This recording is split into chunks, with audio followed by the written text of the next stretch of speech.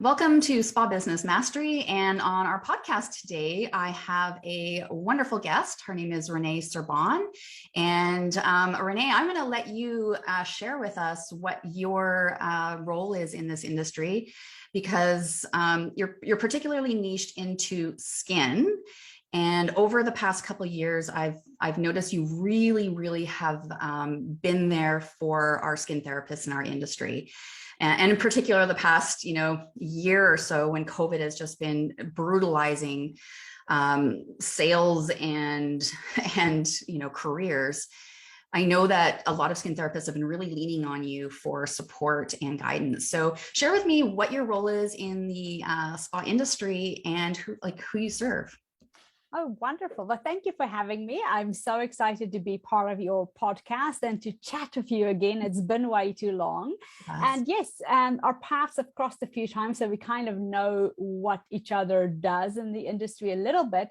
But basically what my focus is really helping clinics build their business in sustainable ways and pretty much work from a point of empowering their clientele rather than think about things in competition sense. I think our industry is extremely guilty of thinking, oh, but if I do this thing, that one's going to do better, and have to have all the things and all the fads and kind of keeping up with the Joneses, so to say. Yes. Oh, and then the flip side is they're really struggling with imposter syndrome. Oh, big issue as well. Yes. So my role has come to grow into, really helping people truly see that their own genius and trusting themselves and the value that they offer to their clients in the area that they want to specialize in. I'm not a believer that you have to do all the things. Mm-hmm. I'm a great believer in choose the things that you're truly passionate about and do those things really well. So for me, that is obviously corneotherapy, the approach of corneotherapy. So I kind of take a non-ablative approach to skin. Mm-hmm. And I've been a strong advocate for this approach for many years and teach elaborately in the industry in anatomy, physiology, and cosmetic chemistry with that concept in mind. And then tying that into business, like how do you implement these strategies into business to grow into the niche that you want to grow into and have a successful business with amazing results for the clients? Because isn't that why we're all here? We want to see people, walk taller and be more confident in themselves and have really amazing, healthy skin. So that's what I do. But it is also in light of that none of us do this for charity either. And we deserve to be very well paid doing what we love. And it breaks my heart when I see estheticians earning minimum wage. Oh, yeah. Essentially. It's sickening to, through all that education and then the time that you put in. Absolutely. It's not right. Exactly. And I think that we don't trust our own knowledge often. And I think sometimes also, since we're such by nature people of a giving, caring, nurturing nature, sometimes it feels a bit awkward to stand up for what mm-hmm. and kind of put that foot forward and put your foot down and really stand firmly behind your beliefs and your knowledge. Yeah. And I think that's particularly, I think our industry as estheticians and skin therapists, we're very much guilty of that. I think because a lot of us who have moved from service provider to owner, we came up the ranks as a service provider, being in the treatment room, caring about this person in front of us, everything that's happening, we're part of that caring process. And so sometimes I feel like our industry really struggles with that friction of, client care and giving and nurturing with, giving the results, making sure that, they're getting home care, that they have the, future treatment recommendations. So that part of that's the selling part, but it's really about being in service. But it really does cause our industry friction. And they end up leaving a lot of revenue on the table. Can you maybe give it, just in case people don't know kind of your background, can you give us a little bit of your background of kind of where you're from, like how you came up the ranks as a skin therapist and now as a consultant for the spa industry? Sure, absolutely. I always forget that part. And I know. So I did my training in New Zealand, and I have to say I did not start in aesthetics. My family comes from a medical background. I have lots of medical professionals in my family. So, I grew up with this self-imposed idea that of course you go to university and follow academics, and I already broke the rules by going to study business instead of medicine or something more academic. But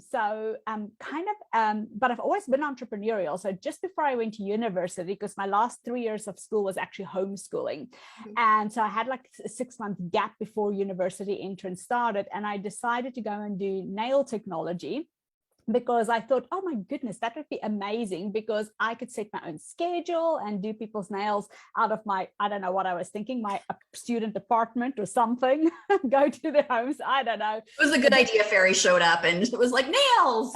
I'm a big vision person, not small details. And so I ended up working in a clinic or in a salon that was doing waxing and facials and nails and everything as a nail technician while I was studying. And I kind of joke and say I got bit by the beauty bug at that time. And before I finished university, I went to say to my mom that I want to go and study beauty therapy, as aesthetics is called in New Zealand. And I thought that she was going to hit the roof and go, beauty therapy? Why do you want to study beauty therapy? But she just looked at me. She goes, did you do the research? Where's the best school? How long does it take? What's the investment? All these things. I knew she would ask. So I had all of that prepared. And then she said, perfect, but you have to finish this academic year. And I'm like, oh. So I did. And then I went off to study aesthetics. And I did go back after that to finish my business studies, which was really wonderful, because when I went back, initially my focus was on marketing, and I went back with a focus on human resources. So that really kind of laid a really strong foundation in people management, a little bit of marketing, business strategy, and everything that you would need as an entrepreneur. Really, it's funny how through life we get these skill sets that we never think we need or we will end up really using, but all of a sudden, towards the mid part of your career, it just like, boom, all of these things are relevant. It's so fun, because now I love money, but let me tell you, between you and me and the listeners, I did have to do accounting 101 twice. Fair enough. And now I love numbers, so it's funny. But as I entered the beauty industry, I got very disheartened, because I built up a reputation of like the meanest wax in town. I could wax, and I'm a ambidextrous electrologist as well, fun fact. So it was like doing hair removal, and I just thought to myself, oh my word, is this what my life will be like, smelling like wax and hair? By the time I get home. And I love myself a good wax, but I don't want to be the person giving it all the time. And my focus was always on corrective skincare. So I started to really seek out education, postgraduate education in anatomy, physiology, cosmetic chemistry. And then eventually I took Florence Barrett Hill's course in advanced skin analysis, which kind of was a pivotal change in my career. Eventually I became a prestige recognized educator. When I have coaching clients that are looking to move into a skin therapy niche, and I realize that, they are very much a generalist, and that if they want to get into this niche, awesome, that's where their interest and passion is, but they're going to have to take some advanced training in order to be able to deliver the goods. And I often am recommending that pastiche advanced skin analysis training, because I haven't done it myself. I have got friends and colleagues that have done it, and it looks and sounds amazing. Like by the time you're done, you have an exponential, grasp on skin analysis and kind of what you need to do with it. Yes. And I say to people, everybody cries at least once during the program. I may have cried like a baby every night the first time I did mine. I even lied to Florence and told her that I've read her book and all these things, because I went to do a medical version of her advanced skin analysis. So she'll kill me for saying this. or she kill me if she knows now that I'm declaring it, that I kind of lied about a little bit about my history. And but it was intense. And then I was like, what have I been doing to my client's skin? Because like it's one of those things once you see, you can't unsee it. Oh, kind of like when you know better, you do better. 100%. But then you also kind of have this little lingering guilt of like, oh my gosh. Yes, it's like, like the previous things that you've been prescribing and recommending.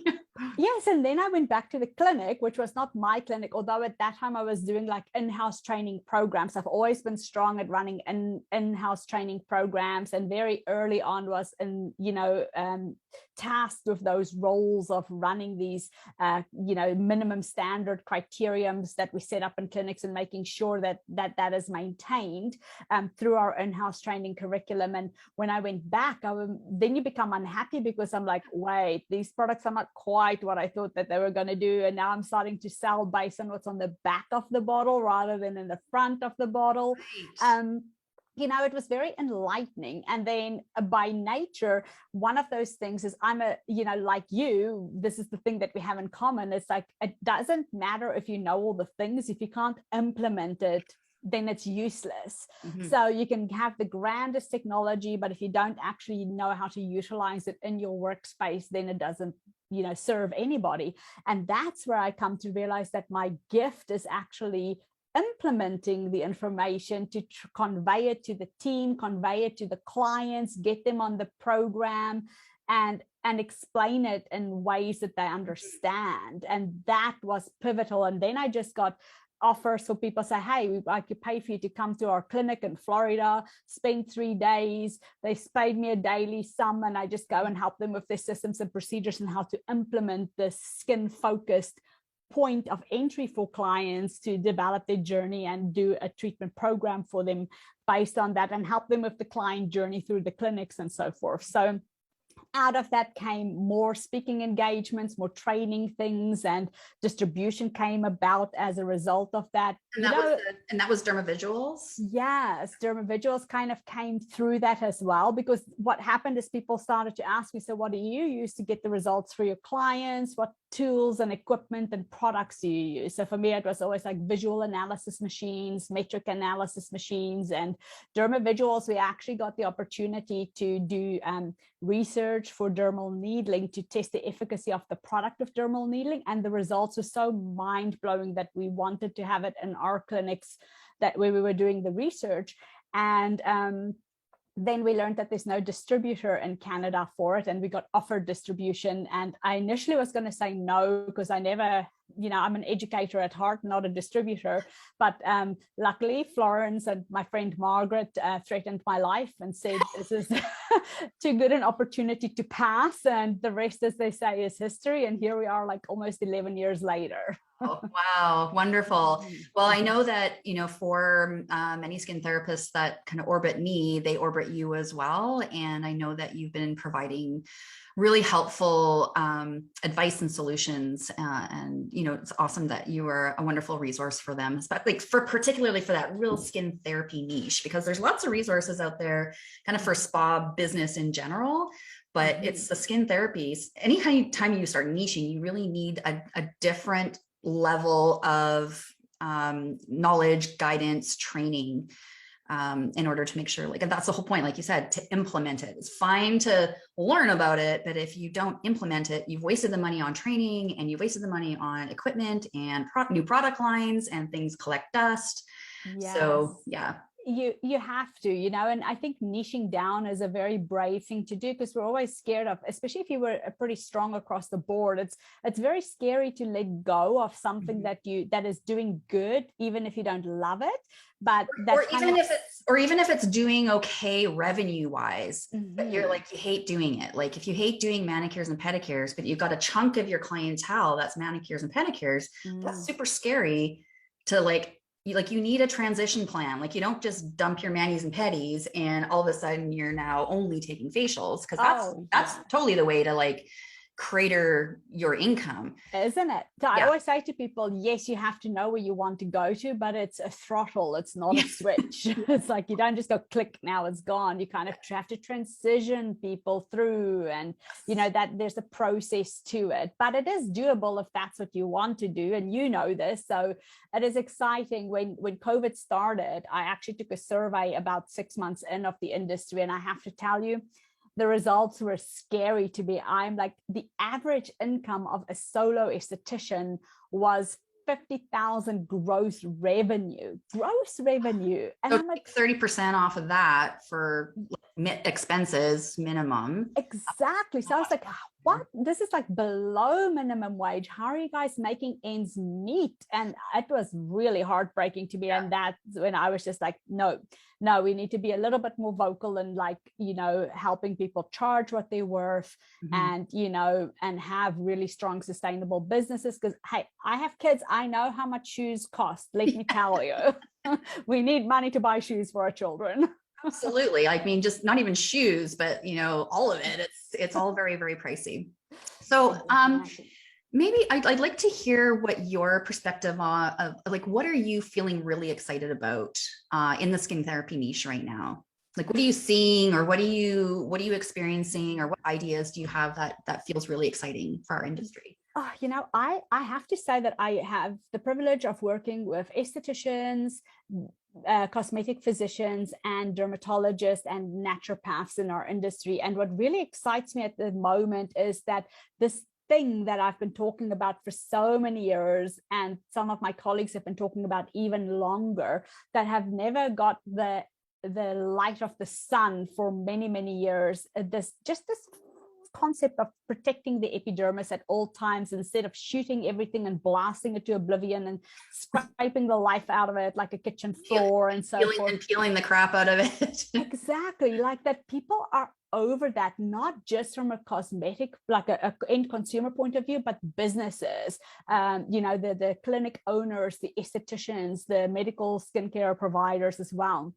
They want to, I see a move and people truly like embracing this concept that we now know as corneotherapy. That's still relatively unknown, but it's really excited to see this concept that was started by Professor Glickman back in the 1960s. This is how long this has been around, actually getting recognition and standing on its own feet. And it's honestly a huge privilege for me to be a part of that movement, to facilitate the education and understanding around that, and to see the public, our end consumers, really embracing that, wanting something that they are empowered by, taking charge of their own skin outcome, but in a way that is non-aggressive to their skin, as wonderful. And I see it very similar like in the food industry, how we're reverting to really thinking about eating real food, for example, wanting to use clean products. And I don't mean clean as in, you know, so basic that it doesn't facilitate cellular change. I mean clean, smart products backed by extremely advanced science. That having those, you know, having the right ingredients in the right formulations as well. 100%. And we talk about where beauty meets science, and you know, but in a way that really is allowing the skin to function optimally by making sure it's got that basic nutritional basis in order to function the way it should, and then tweaking little things that come about, you know, by lifestyle choices, medications, and so forth. So I really am excited about that, and I do think that people want, just like we do for our bodies, they want healthy and sustainable choices for their skincare as well.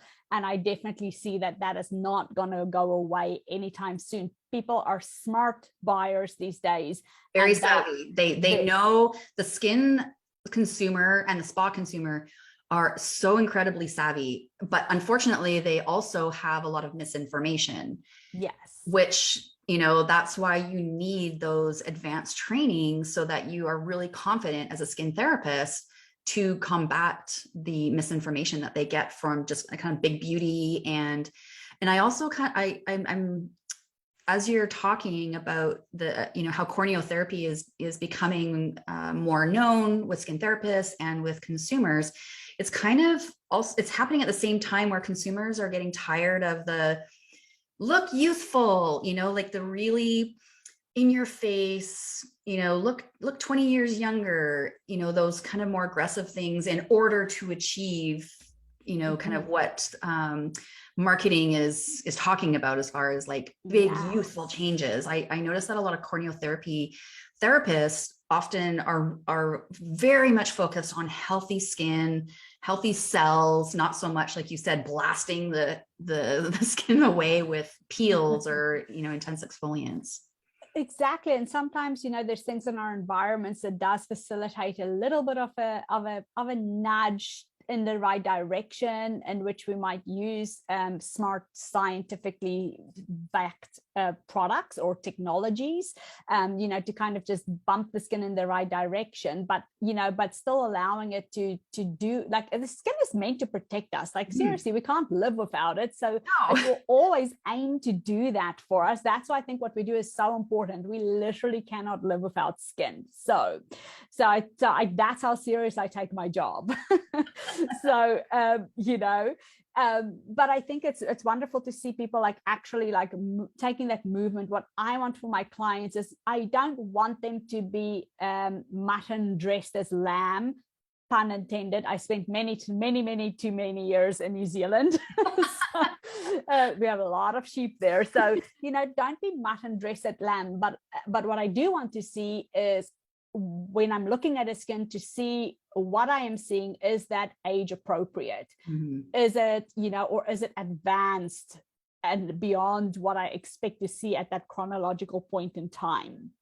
So I do believe that we can help all our clients have healthy skin at any age. Wonderful. So that being said, I wanted to ask you what your favorite skin tip is, or business kind of skin business tip that you would share with your skin therapists. I love that. So skin tip for me that I share with all my friends, so fun, and it actually has nothing to do with like corrective skincare and all the things that we want, like vitamin A and B and C and E. It's just, I know. I love myself a really good dry sunscreen. I love it. I use a traditional sunscreen in the morning. I slather my children in traditional sunscreen in the morning, and then we have dry sunscreen for reapplication during the day. They each have it in their backpacks for school. They have it I have one in the car because it's not temperature sensitive. So it's just easy. It's the best thing since sliced bread, and it's immediate protection since it's a physical filter. So it's like always my little...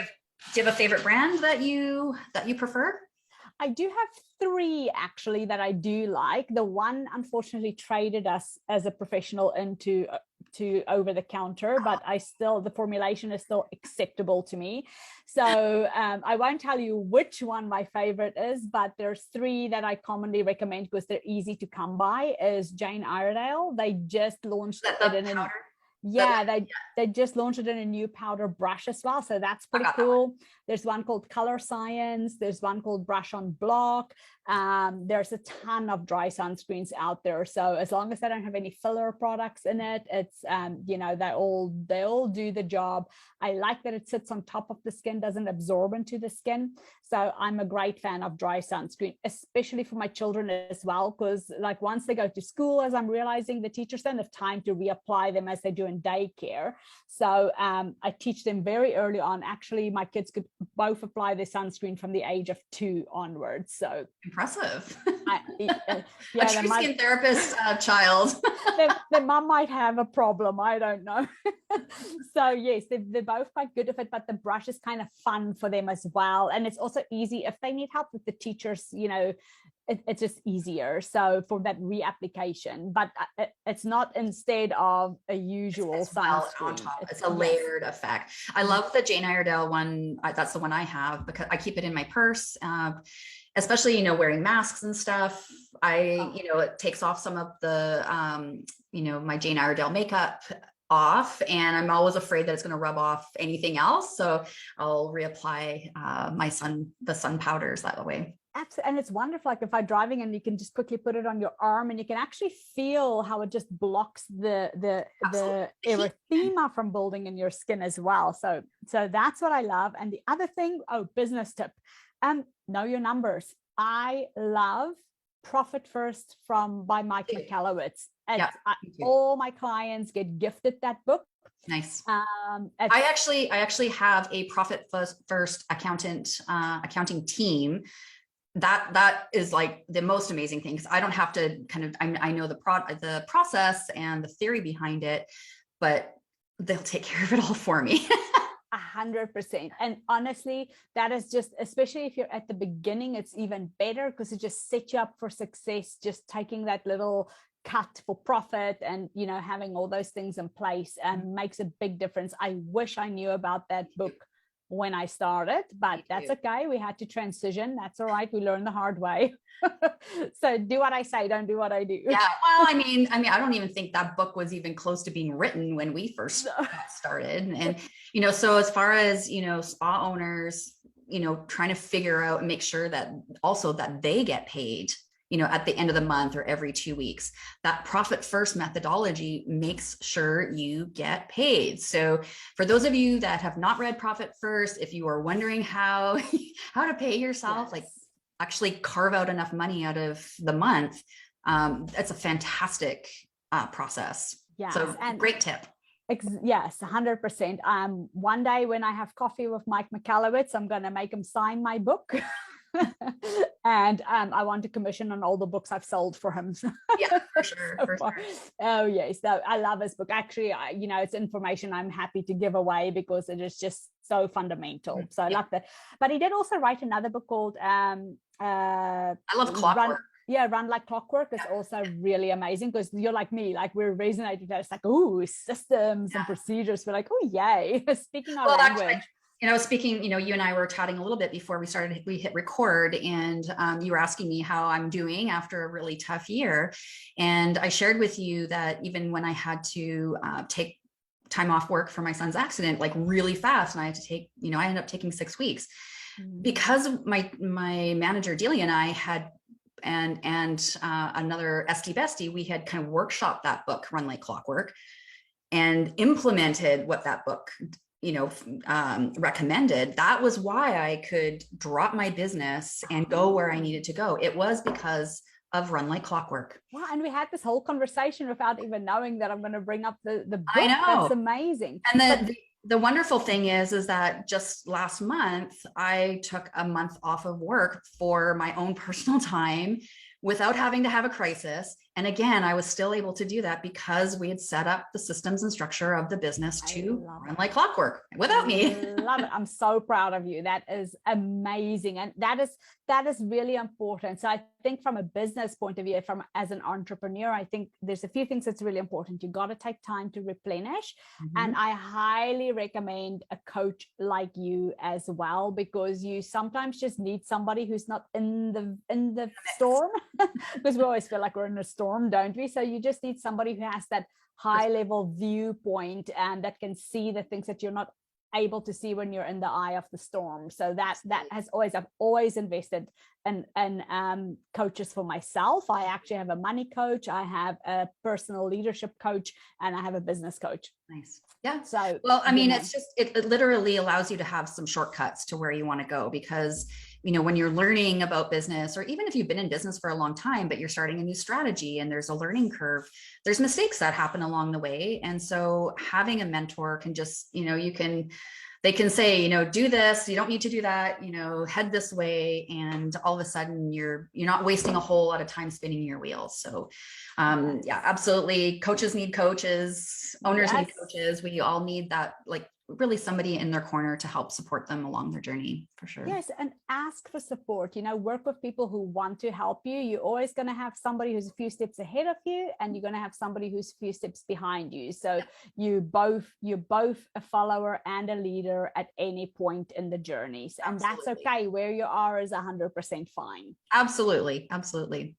So where can listeners find you, Renee, if they want to learn more about you? Right. So reneserbon.com is probably the easiest place, and all my social handles are on there. I do hang on Facebook and Instagram a lot. So Rene Serbon Skin Expert, or on for Facebook, and on Instagram, Rene Serbon. If you just, there's not many Rene Serbon, so just one E. So if you type it in on either platform, I'm sure you'll find me. Wonderful. And you have a Facebook group.